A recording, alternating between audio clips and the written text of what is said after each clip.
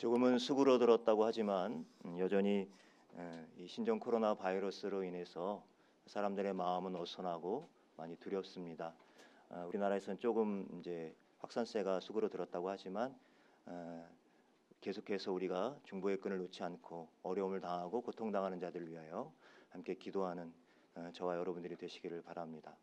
이 두려움이 우리를 어떤 혐오와 배제의 그런 모습으로 나가지 않도록 더욱더 그리스도의 사랑이 우리를 감싸 안고 또 어려움을 당한 형제와 이웃들을 품어가는 저와 여러분들이 될 수 있기를 바랍니다. 오늘도 주의 말씀 앞에 나온 우리 모든 성도님들께 우리 주님의 은총과 평화가 함께 하시기를 바랍니다.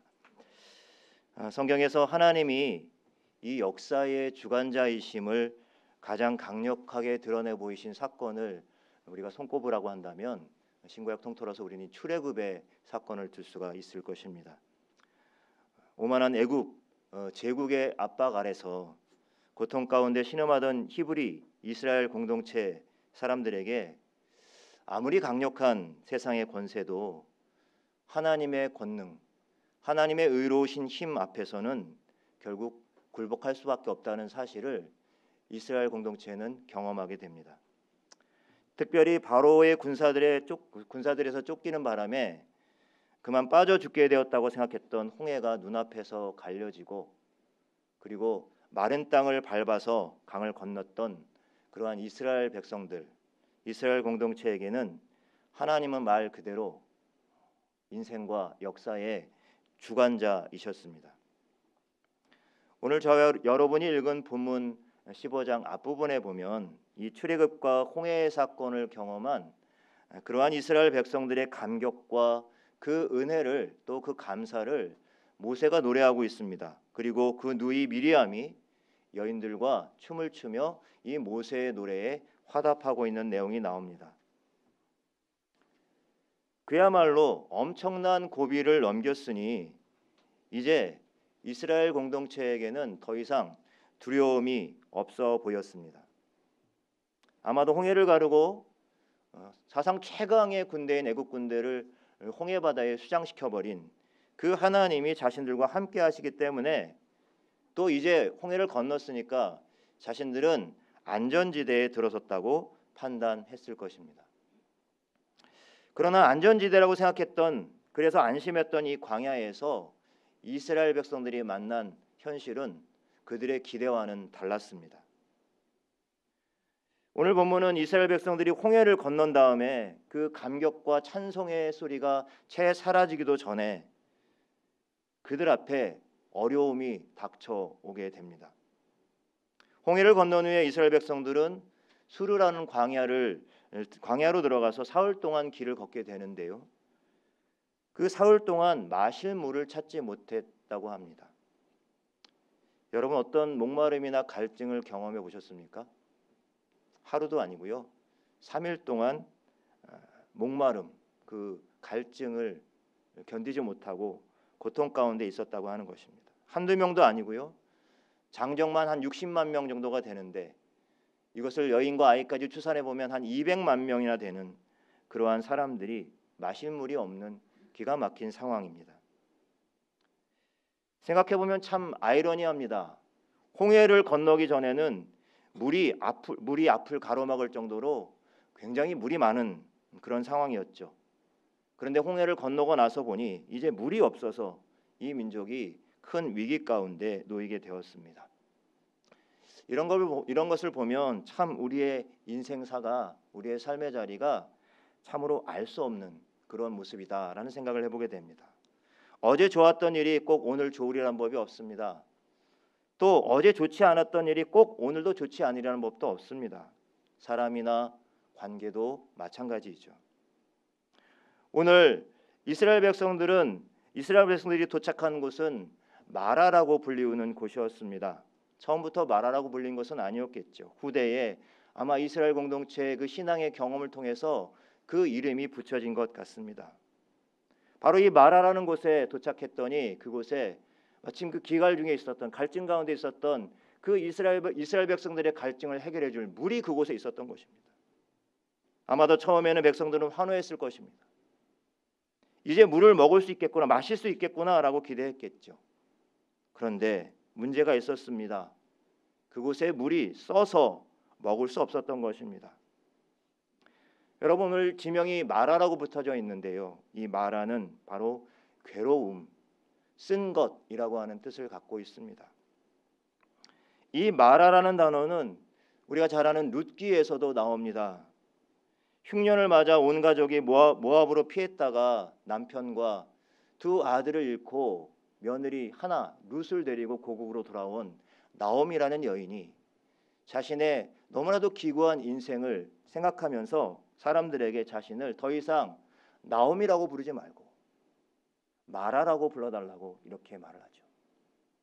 그 괴로움, 그 쓰디쓴 고통, 그것을 표현하고 있었던 것입니다. 여러분, 우리가 살아가면서 개인이든 공동체이든 이 마라의 현실은 늘 괴롭고 쓰디쓴 경험인 것입니다.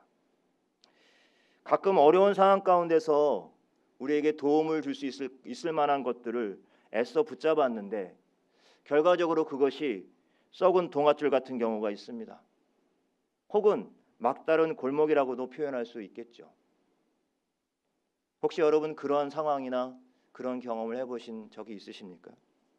오늘 이 마라가 이스라엘 공동체에게 바로 그런 곳이었습니다. 아예 없었다면 그냥 상대적으로 덜 절망하고 분노했을 텐데요. 그 목마름을 해결할 수 있을 거라고 여겨 흥분되었던 마음 때문이었는지 상대적으로 이스라엘 백성들은 더 큰 원망과 또 불평으로 또 모세에게 거칠게 원망을 합니다. 오늘 24절 말씀에 보면 백성들이 모세에게 원망하여 이르되 우리는 무엇을 마실까 하매라고 되어 있습니다. 여러분, 이 백성들이 어떤 사람들이었습니까? 바로 3일 전에 자신들을 추격하던 바로의 군대를 피해서 그 홍해를 건너는 놀라운 경험을 하고 하나님께 감사와 찬양을 올렸던 사람들이었습니다. 그럼에도 불구하고 오늘 마라에 당도했던 이스라엘 공동체는 이제 여기가 끝인가 보다. 자신들이 도달할 수 있는 현실이 여기까지라고 미리 단정짓고 결론을 내리고 있습니다. 그러면서 이런 상황을 가져온 그런 모세를 몰아붙이면서 거칠게 항의하고 있습니다. 어느 누구도, 모세를 제외한 어느 누구도 그 쓴물을 어떻게 하면 달게 마실 수 있을까? 그 쓴물을 달게 마실 수 있는 방법은 어디 없을까라고 찾고 구하지도 않았습니다. 심지어 하나님께 나아가 그 홍해를 가르셨던 그 하나님의 지혜와 하나님의 능력을 구하는 간절함도 이들에게서는 찾아볼 수가 없습니다. 여러분, 그만큼 믿음도 없고 냄비처럼 끓어올랐다가 금방 식어버리고 여전히 뿌리 깊은 노예의 근성을 버리지 못했다고 하는 것을 보여주고 있는 것이죠. 오히려 결국 이럴 줄 알았어. 여기까지가 바로 우리의 한계인 거야. 광야 생활 내내 모세와 아론을 괴롭혔던 그 원망, 노골적으로 나타나진 않습니다만 왜 우리를 이런 것까지 이끌어 고생하게 하는가라고 하는 그러한 마라의 쓰디쓴 현실에 빠져서 다른 길이 보이지 않는, 그냥 원망만 하는 것입니다. 전혀 돌파구가 보이지 않았습니다. 여러분, 문제가 어디에 있었을까요? 그냥 물이 없거나 물이 써서 마시지 못하는 데 문제가 있었던 것이 아니라 오히려 그 현실을 헤쳐나갈 길을 찾지 못하고 주저앉아서 원망과 불평만 하고 있는 이들의 메마르고 뒤틀린 마음이 더 문제였습니다. 그런데 여러분, 오늘 본문이 보여주고 있는 이 마라의 복잡해 보이고 쓰디쓴 그 고통의 현실에 대한 답은 너무나도 간단했습니다. 백성의 원망을 들은 모세가 하나님께 부르짖었더니 하나님께서 나무 하나를 그에게 보여주시고 그 나무를 쓴 물에 던지라고 하시는 겁니다. 모세가 하나님께서 보여주신 이 나무 한 조각을 물에 던지니까 쓴 물이 단물로 변했습니다. 어떻게 된 일일까요? 모세가 던진 나뭇가지 하나에 어떤 그 자체에 어떤 특별한 효능이 있어서라기보다는 그것은 바로 하나님의 뜻과 능력이 임하면 아무리 복잡하고 쓰디쓴 현실 속에서도 앞이 캄캄하게 막혀있는 상황 가운데서도 길이 열리고 마련된다는 것입니다. 고르디우스의 매듭이라고 하는 이야기가 있습니다. 고대 소아시아의 프리기아 왕국에 고르디우스라고 하는 왕이 있었는데 이 왕이 자기의 마차에 아주 풀기 어려운 그런 매듭을 묶어서 그 마차를 풀기 어려운 매듭을 묶은 마차를 자기 신전에 바칩니다. 그리고 이런 예언을 합니다. 이 복잡한 매듭을 푸는 사람이 아시아를 지배할 것이다. 그 후로 수많은 사람들이 이 고르디우스의 매듭을 풀기 위해서 도전합니다. 그러나 풀려고 했지만 결국 이 복잡한 매듭을 그 누구도 풀지 못했습니다. 그리고 세월이 지나 알렉산더 대왕이 이 프리기아에 찾아옵니다. 그 예언의 소문을 듣고 이 매듭을 풀려고 알렉산더 대왕도 애써 봅니다. 그러나 풀리지 않습니다. 그때 이 알렉산더 대왕은 그 누구도 사용하지 않은 방법으로 이 매듭을 풀어버립니다. 어떻게 했을까요? 그냥 단칼에 매듭을 끊어버렸습니다. 단번에 매듭은 풀렸고 고르디우스의 왕의 예언은 이 알렉산더 대왕에게 이루어졌습니다.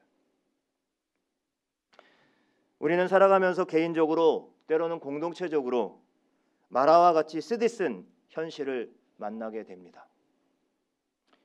개인적으로 마라의 물처럼 쓰디쓴 인생의 경험을 하기도 하고 오늘 본문에 나와 있는 이스라엘 공동체처럼 어떤 고난과 또 어렵고 힘든 불행한 역사를 경험하기도 합니다. 바로 이러한 상황 속에서 어떤 사람들은 그 속에서 아무것도 자신의 목마름을 해결해 주지 못한다고 하면서 단정짓고 자신의 그 어려운 고비와 힘겨운 삶과 때로는 공동체의 어두운 역사를 비관만 하고 주저앉아 있습니다. 소위 팔자 타령이나 하고 때로는 나라 탓만 하고 자신이 속한 공동체 탓만 하고 남 탓만 합니다. 그냥 주저앉아서 불평과 남을 판단하거나 정죄하는 데 익숙합니다. 그러나 또 어떤 이들은 이 마라와 같은 쓰디쓴 현실 속에서도 자신과 공동체의 어려운 처지를 먼저 하나님 앞에 고합니다. 그리고 하나님이 결코 우리를 마라에 마실 수 없는 쓴물처럼 그냥 버려두지 않을 것이라는 확신 가운데서 물론 여전히 불확실한 미래이지만 믿음을 가지고 한 걸음을 내딛는 것입니다. 이런 사람은 결코 주저앉아 있지 않습니다. 여러분, 저와 여러분은 어떤 사람입니까? 그리고 또 저와 여러분은 어떤 삶을 향해 나아가고 계십니까? 만약 우리가 경험하는 현실이 마라와 같이 쓰다고 해서 그냥 주저앉게 된다면 여러분 그것은 그저 그 자리에 주저앉는 일로 그치지 않을 것입니다. 오늘 본문 말씀에 보면 지명이 3개가 나옵니다. 처음에 이스라엘 백성들이 이제 그 광야의 생활을 시작하기 전 첫 번째 홍해라는 지명이 나오고요. 두 번째 오늘 마라라고 하는 지명이 나오죠. 물론 이 마라는 수르 광야를 지나면서 만난 그런 곳입니다. 그러나 마지막 3번째 만나는 곳이 바로 엘림이라고 하는 곳입니다. 여러분, 이 엘림이라고 하는 곳은 오늘 27절에 소개하고 있는데요. 거기에는 샘이 12이나 있고 종려나무가 70그루가 있었다라고 그렇게 기록하고 있습니다. 그곳은 풍요로운 오아시스를 의미합니다. 물이 풍부한 곳이었던 것이죠. 만약 이스라엘이 마라에 주저앉았더라면 엘림은 없었던 것입니다. 이 엘림은 전능하신 하나님의 은총이 베풀어질 자리였습니다.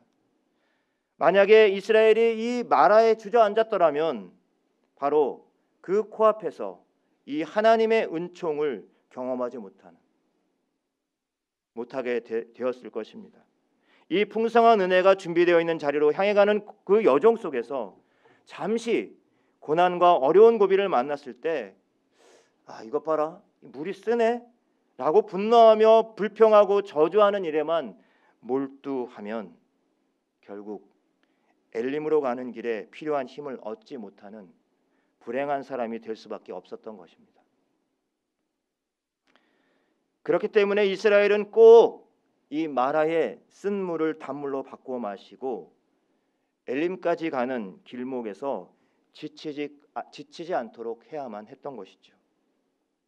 만약 엘림으로 가는 길목으로 이어지지 않게 되면 길게는 하나님의 약속하신 약속의 땅으로까지 가지 못하게 되는, 이스라엘의 전 행로를 위험에 빠뜨리게 되는 결과를 가져올 수 있었습니다. 기껏 어려움을 극복했나 싶었는데 또 다시 고난과 어려운 현실이 찾아오면 우리는 늘 이 마라의 쓴물을 맛보게 됩니다. 그러나 그 가운데서도 주저하지 않고 우리의 삶에 임하시는 하나님의 뜻과 그 능력을 믿고 나가게 된다면 그 현실은 오히려 은혜의 풍성함을 의미하는 엘림을 넘어서 하나님이 약속하신 땅으로 가는 축복의 통로가 될 줄로 믿습니다. 마라의 쓴물 같은 현실이 우리에게 찾아왔을 때 하나님의 마음을 나뭇가지처럼 잡아서 그 쓴물의 현실에 던질 때 삶에 대한 통찰은 더욱더 깊어지게 될 것입니다. 또 우리 안에 인내의 능력이 자랄 것입니다. 그래서 우리의 영혼은 따뜻해지고 또 온화해지고 담대한 믿음의 소유자가 될 줄로 믿습니다. 그래서 오늘 저와 여러분이, 그리고 우리 교회가 마라와 같은 현실에 주저앉아 상처받고 분노할 줄 모르는 사람들에게 던져지는 하나님의 나뭇가지 하나가 될 수 있기를 간절히 바랍니다. 그리고 그래서 그런 사람들을 깊이 위로하고 그들을 전능하신 하나님의 은혜 아래 살아가도록 생기를 불어넣는 저와 여러분, 그리고 우리 높은 뜻 섬기는 교회 공동체가 되기를 간절히 축복합니다.